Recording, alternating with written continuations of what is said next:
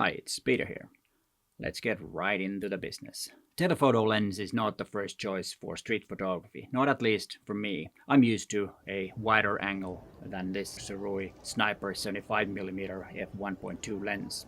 But since I have it and had a chance to test it, I'll give it a try and I will give you 7 tips on how to manage a longer lens on street photography genre, or when you're photographing on the streets, the classical street photography.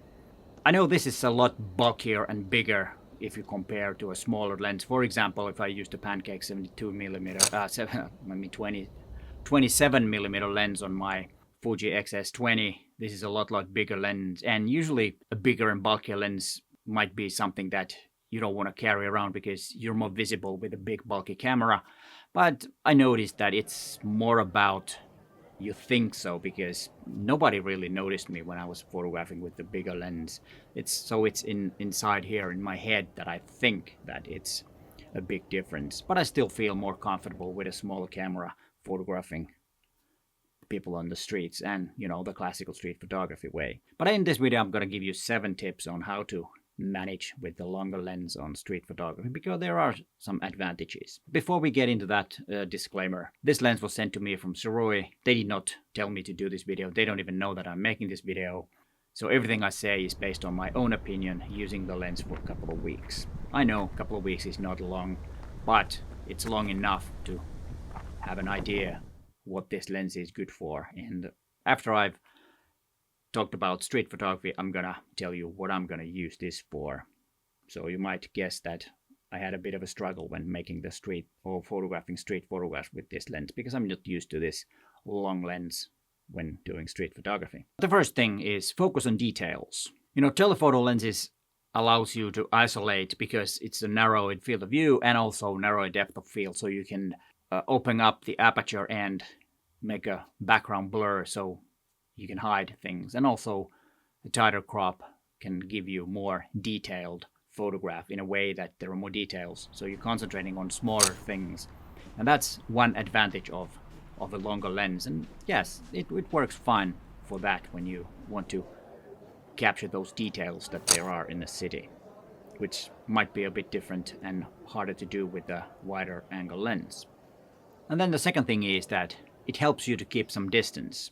It might be a bit intimidating to use a wide-angle lens and photograph people when they're very close. With a longer lens, you can keep a slight distance. But of course, that is a bit, fishy in a way that you don't want to feel like that you kind of like stalking people with a longer lens. So be careful with that. But photographing this type of images from a longer distance might work, and they might give you a better image, something little bit different, because when you're further away, you make sure that you don't interfere with the situation and the things happen as they would happen even if you weren't there. So people are not aware when you're photographing them a bit further away. But be careful so that you're not stalking people.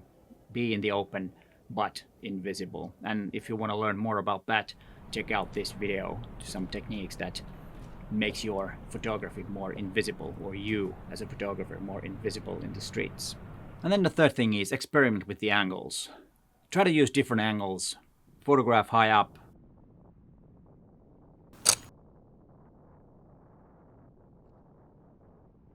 lower angles, from the ground. Okay, this applies to, of course, with any focal length, but with the longer lens, I think especially photographing details high up is a lot easier than with the wider lens. So that's something to do, or something to try, so that you can make your photographs more interesting. Before we continue with the topic, a few words about the lens. This 75mm f1.2 AF lens from SIRUI is part of their Sniper series, which has 5 lenses: 16, 23, 33, 56 and 75mm. They are all f1.2 lenses. This ultra-fast lens provides a shallow depth of field, creating a dreamy and soft bokeh effect, which is excellent for isolating subjects from the background. Autofocus system uses an STM motor. It is quite quick, accurate and quiet. The lens is good for both photography and video work. Minimal focus breathing makes the lenses particularly suitable for video shooting. I did not really have any problems with the AF. It worked well. The lenses are constructed with carbon fiber and aluminum alloy materials, providing durability and a lightweight design. The closest focusing distance is 70 centimeters. The lens is compatible with EX and Z mounts, so it can be used on Fujifilm, Nikon and Sony cameras. The price at the time this video was made was $319. The normal price looks to be $399. I think the lens is good value for money. Image quality, I did not make any Pink Floyd tests. In other words, did not photograph a brick wall. I only tested the lens in a real-world situation. The image quality, even at F1.2, is quite good. Yes, the corners are slightly soft, but then when photographing wide open, who cares if the unsharp area looks like this? And then use manual focus. When you're having a wider field of view and a wider lens, you have a lot more depth of field. But of course, this is an F1.2 lens, and it might not focus, or the AF might not focus on the things that you really want to focus. So learn how to use manual focus so you can pick the person or the thing that it focuses. So miss any shots because it focuses on the wrong spot. And that is because the depth of field is narrower than with a wider angle lens. And if you have several people in the photographs, it might focus on the wrong face. So learn the manual focus. And pay attention to the background. This is something that you have to do every time you photograph. Always look what's around you so that there are no wrong type of distracting elements so that viewer can focus on the actual thing that you're photographing. With a longer lens, you can throw the background out of focus, which is not my preferred way of doing street photography, but sometimes it can be a good thing. So use the aperture wisely so that you can throw the background out of focus or stop down to show some more. But always keep your attention also on the background, not only the subject. And then mind your surroundings. And there are two things about this. When you're photographing with a narrow angle of view, you're concentrating on a very small area of the whole scene. So try to photograph so that you have your other eye open. So you have the viewfinder on this side, or on this eye, and then you can see what's happening around you, because that will give you more possibilities when you see what's going around. If you have a wider field of view, it's a lot easier to see a wider thing, so that to move the camera slightly to get some other things in the frame. But with the telephoto lens, it's a lot harder because you see a very small portion of the whole area. There's a couple of tips about this. If your camera has so-called sports viewfinder mode, try to use that. In XS20, it will show you a bit around what's about to enter the scene, so to be more precise when to hit the shutter if you see something is about to enter the area that you're going to photograph. And then tip number 2 is use LCD. Then you can see a lot more around. If you have your camera like this and then you look at the LCD, but with the corner of your eye you see what's going on around you, and that's a good way. That's actually what I've been using quite a bit. And also when you have a longer telephoto lens, you see smaller area, and if your eye is on the viewfinder, you might not see what's happening around you. So using the LCD might be also a safety thing. You see what's happening around you, because when you're photographing, let's say in a bad area, and there might be some people with bad intentions, then you can kind of see what's going on. So there is also the safety aspect on this. And a reminder, I will have an extra tip after tip number 7. Embrace compression. When you're using a wide-angle lens, things that are in front seems to be closer and things that are further away seems to be smaller. But when you're using a telephoto lens, it will compress the perspective, so the things that are further away seems to be closer. So use that as an advantage. So, and this could be one of the reasons that you might want to use a longer lens in street photography, because the image looks slightly different because of the compression. And if you're interested in learning more about the compression and telephoto lenses, watch this video. It's not the newest video on my channel, but the stuff that's in there is still quite relevant. And, learning more about telephoto lenses, that video might be useful if you haven't seen it yet. And extra tip number 1.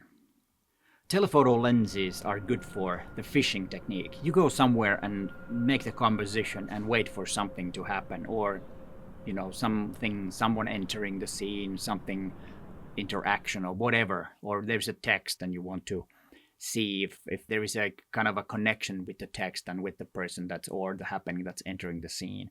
All that kind of stuff is really good with the telephoto lens, because it's harder to do with the wider angle lens, because people tend to kind of like go around you. If they see you, they don't want to be photographed, or they think they're going to ruin the shot if they walk into the frame. But with a longer lens, you can stand a bit further away and just mind your own business and see if the thing that you think or want to happen will happen. So that's a good thing. It's good for fishing techniques. So it's not that good for reacting to things. Then I think the wide angle approach is better. But for fishing technique, I think this longer lens and small telephoto lens could be very useful. And extra tip number 2, if you want to learn more about a photographer who occasionally used telephoto lens on his street photography, take a look at Saul Leiter's work, which I've been mentioning before.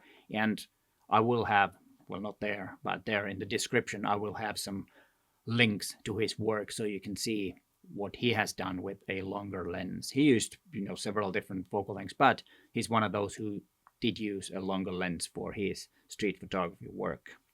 And I did struggle a bit, so this lens might not be my choice for street photography in the future or at all, because I like the ones that I'm using now, the roughly 40mm lens, if you're talking about the full frame angle view. I will be using this is for video work and some product shots and maybe some portraits, because for video this F1.2 is really, really useful, because sometimes I just need to use low light, or there is not enough light, so I have to photo or videograph of making videos in low light. So this F1.2 comes in handy, and as you saw from the images, it's very good image quality, so there's nothing wrong with the image quality, even full open. And for product shots, this is a really good focal length, because every now and then I need to do that. Like this Global Photo Project wine tumbler. If you don't know what the Global Photo Project is, check out the link down below, register, and let's make history together on the 19th of August this year. And here is the video about telephoto lenses and the compression that I was talking about earlier. You might want to watch that if you want to learn more. But hey, thanks for watching, and bye for now.